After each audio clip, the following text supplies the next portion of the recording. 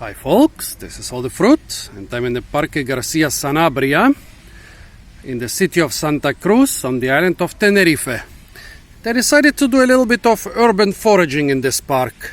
What's the Parque Garcia Sanabria?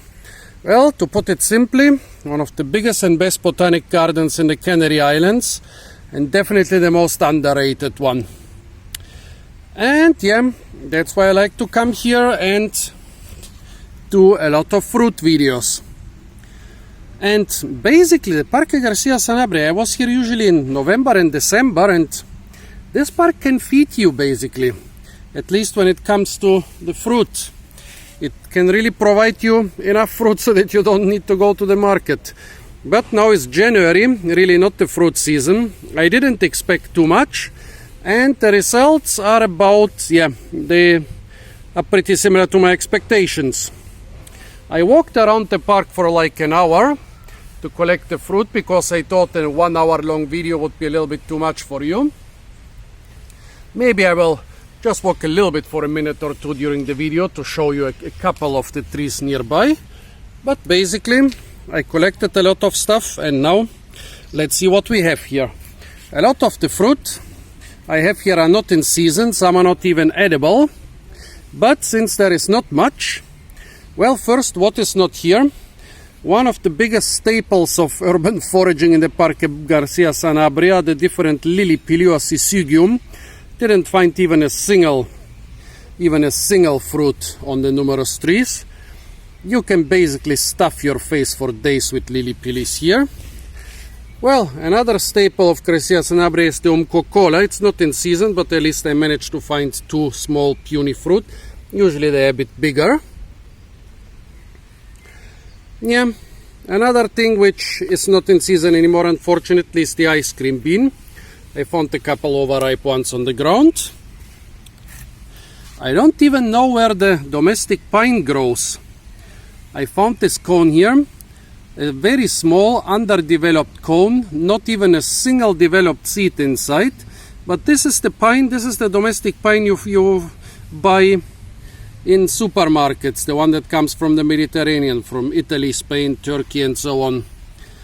Yeah, what else? Tamarind, Tamarindus indica, not in season, but the parrots still eat it. There is a huge tree at the fringe of the park. With the next one I cheated a little bit. I'm not even sure if there's queen palm growing in the Parque Garcia Sanabria, but there are lots of them growing in the streets around it. And actually the best place to forage for them, in my opinion, here is around the market, around the Mercado Nuestra Señora de Africa. But they are quite common. They are quite a common landscaping tree in the streets of Santa Cruz, so I decided to include them. And they're very tasty, very sweet and peachy, but very fibrous too. Well, this one, proceed with a lot of caution.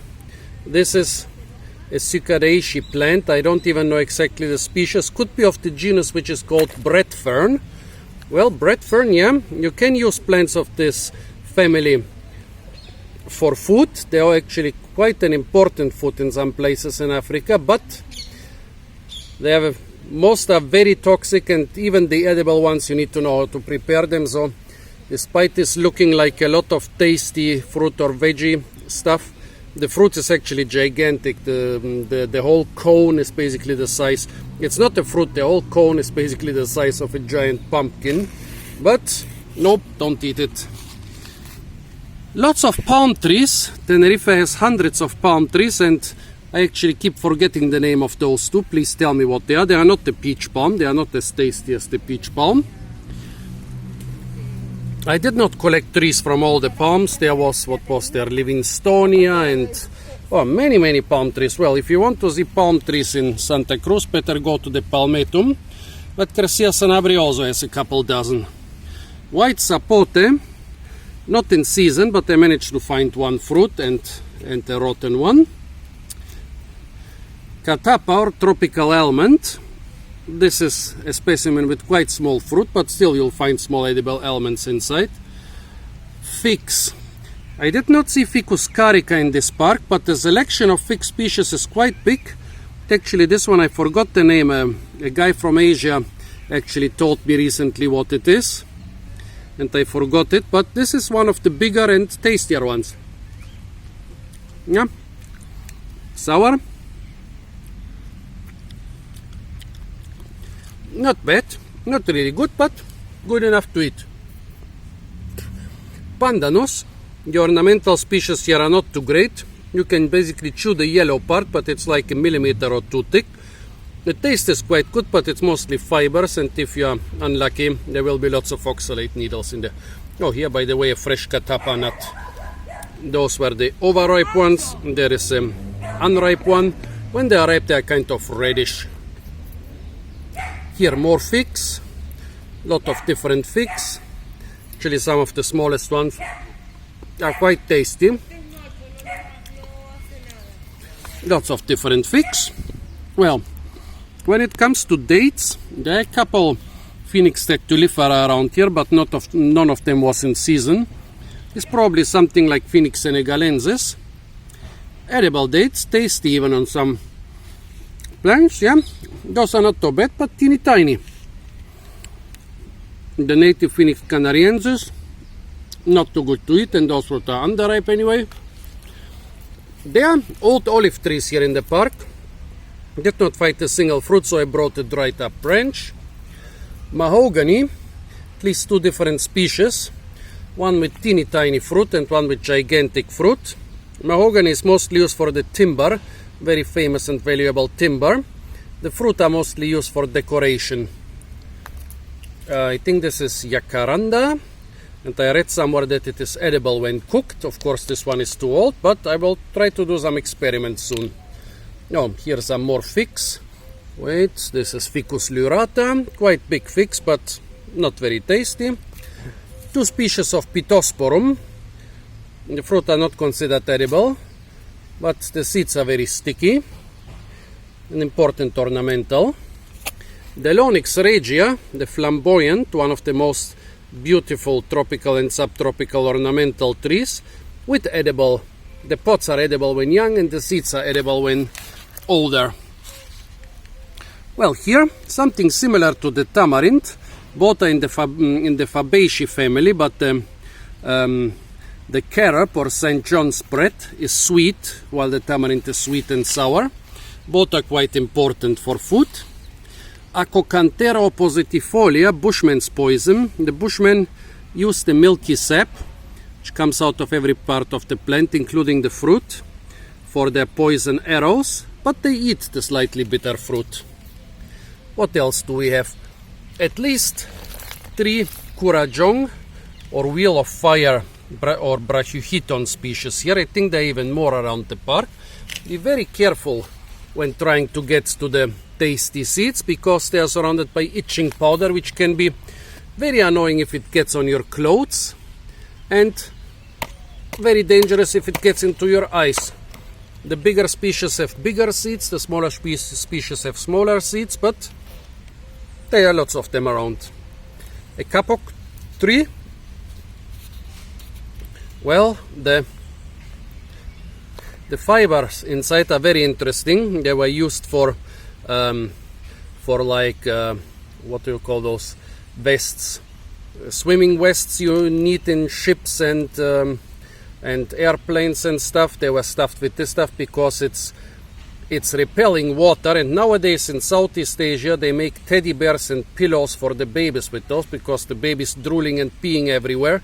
In the moist tropical climate, any other fiber will get moldy and dirty very soon, but this stuff here is better than any artificial fiber for drooling and peeing babies.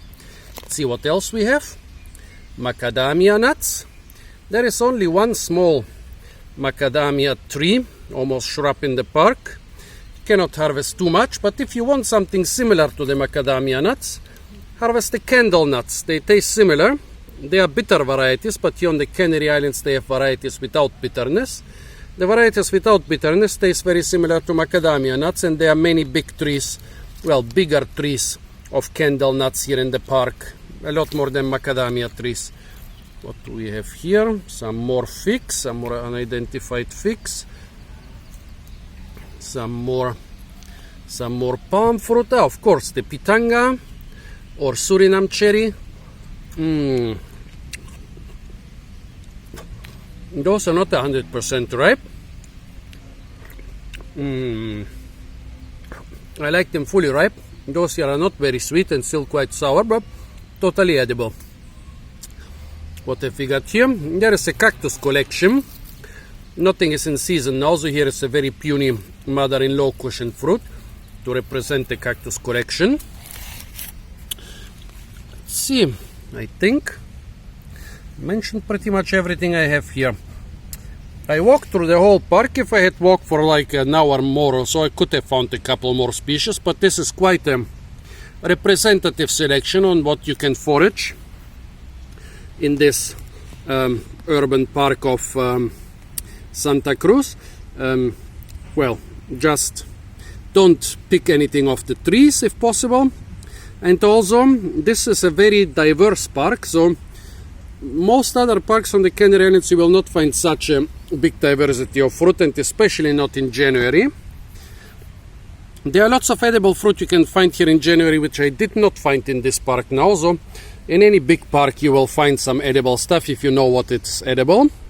But Garcia Sanabria is basically the most diverse park, the most diverse open botanic garden without entrance fee and anything, and that's why you can find so much stuff in here.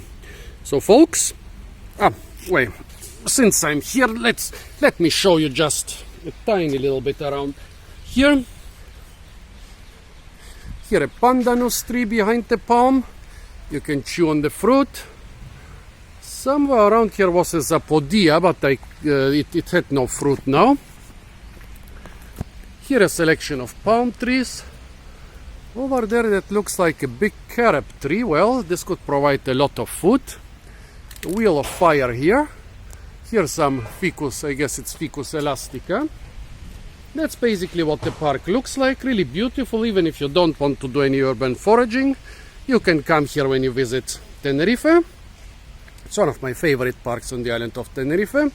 So folks, this was some urban foraging in the beautiful Parque Garcia Sanabria, in the city of Santa Cruz on the island of Tenerife. Stay tuned for a lot more fruit videos from the beautiful island of Tenerife, and don't forget to like, share, comment and subscribe.